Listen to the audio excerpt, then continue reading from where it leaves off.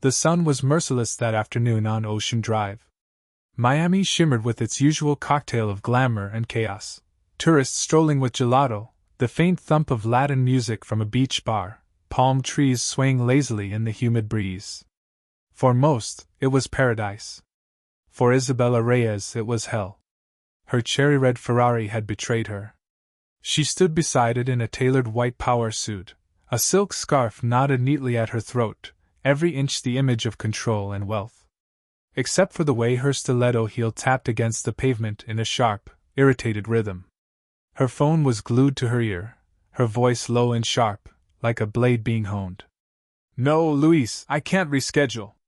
If the Argent investors don't see me today, the deal's gone, and then we're done. Do you understand me?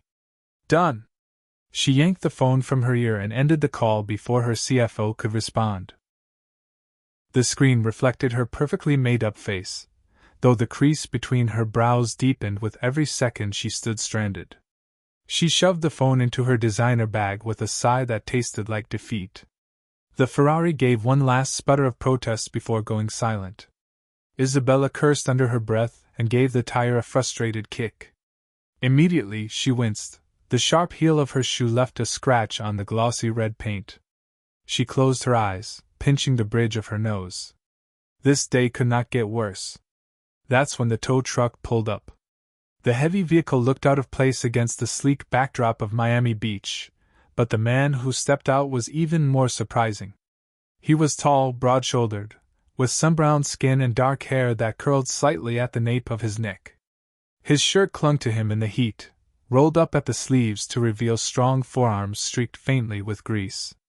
He moved with the unhurried confidence of someone who knew his worth. Isabella's gaze flicked over him with barely concealed impatience. She didn't have time for slow saviors. "Looks like she needs a little love," he said, nodding at the Ferrari. His voice was warm, tinged with amusement, as though he'd seen this scene 100 times before. "Good thing that's my specialty. Can you fix it in 10 minutes? Isabella snapped, crossing her arms. She wasn't in the mood for charm. The man crouched by the car, popping the hood with an easy flick. He peered inside, humming softly to himself.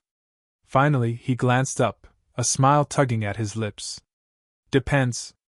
Do you want it fast?" he asked. "Or do you want it right?" For the first time that day, Isabella didn't have a ready comeback. Their eyes met, hers sharp and guarded, his steady and unflinching.